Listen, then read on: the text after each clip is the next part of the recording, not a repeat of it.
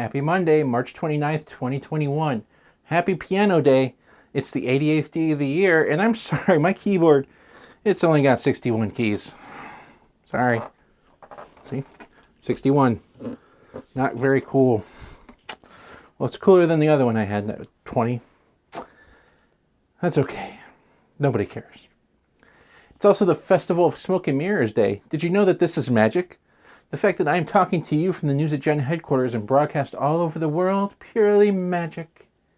And today's top news story, I got my leggings. Finally. Damn, it feels good. In related news, it's done. The Ever Given is free, and now we can go back to ignoring this vital waterway until the end of the year when it shows up in end of the year review lists. Actually, today's top news story is the start of the Derek Chauvin trial. Chauvin, sitting here being guilty as fuck, is charged with second-degree murder, third-degree murder, and second-degree manslaughter in the death of George Floyd. The trial is being televised, which is pretty rare.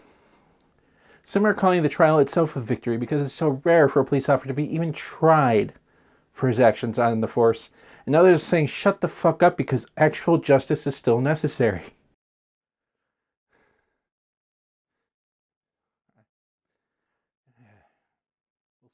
We'll see.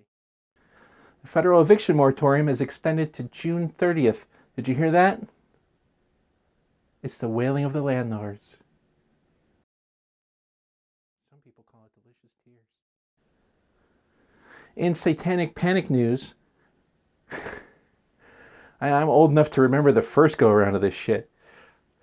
Not the very first. Maybe like the 80s version. I'm old enough to be going around to the 80s version of this.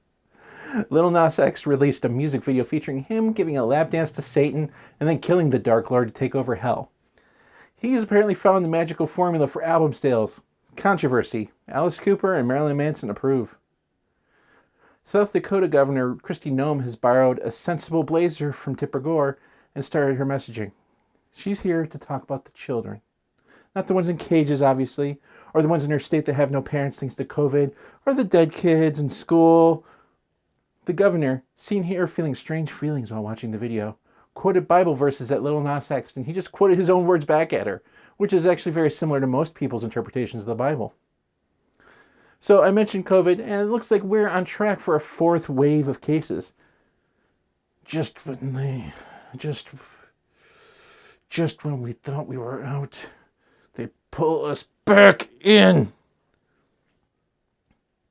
However, upon closer inspection, we were never really out. In other news, it turns out when people are just tired of the lockdown. Cases are up more than 16% since 2 weeks ago, and Michigan, that increased 133%. Sweet work. Also last week, the National Labor Relations Board upheld a ruling that Tesla had illegally fired a worker doing the union organizing thing. They also were upset because Musk threatened to pull stock options, which is also illegal. So please, someone, I'm begging you, please be less shitty to your people and maybe make a better car that's electric by the time I get in the market for one. I'd appreciate it. Thank you very much.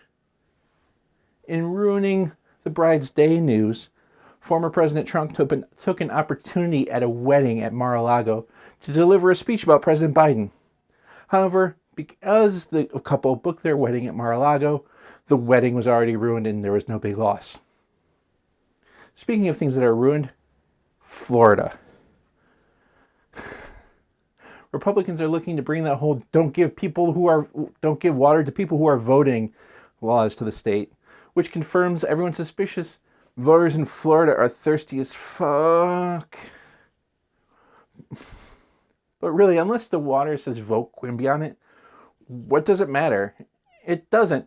We know why they do this, because it takes so much longer for black people and therefore likely Democratic votes. So, fuck. That's the way it is.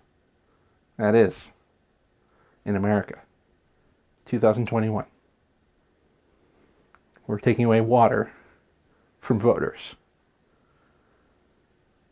Whatever. It's fucking gross.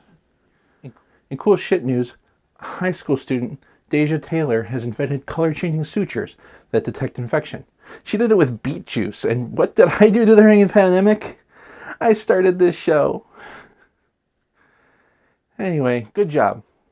Seriously, I hope this works out and does what she hopes it will and helps reduce infections, or at least contribute to early detection of infections, especially in poorer countries without access to smartphones, which is a technology currently being reviewed by people with venture capital. I just thought it was really cool, and I'd like to highlight her work. There's no jokes here. I'm sorry. But there will be jokes next Monday on our return. I know Monday, March, it'll be April then, but this is the news agenda for March 29th, 2021. We won't be doing a show Wednesday or Friday because we'll have a special report probably on Monday. I really hope so. Yep, that's a very fucking long news agenda. Are you ready? I'm not. I'm not at all ready. I didn't intend to make that a habit because these longer shows are going to be a lot more effort. I want them to be in depth, and I'm the only one working on this, so that's where I'm at. If you want my snark in real-time fashion, you can follow me on the Twitters at GenderBent and the Patreon at GenderBent, as I intend to put on some work-in-progress stuff there too. So thank you for all your views and your likes and subscribes and all that call to action stuff that we're supposed to do. And please remember, I love you. See you next week.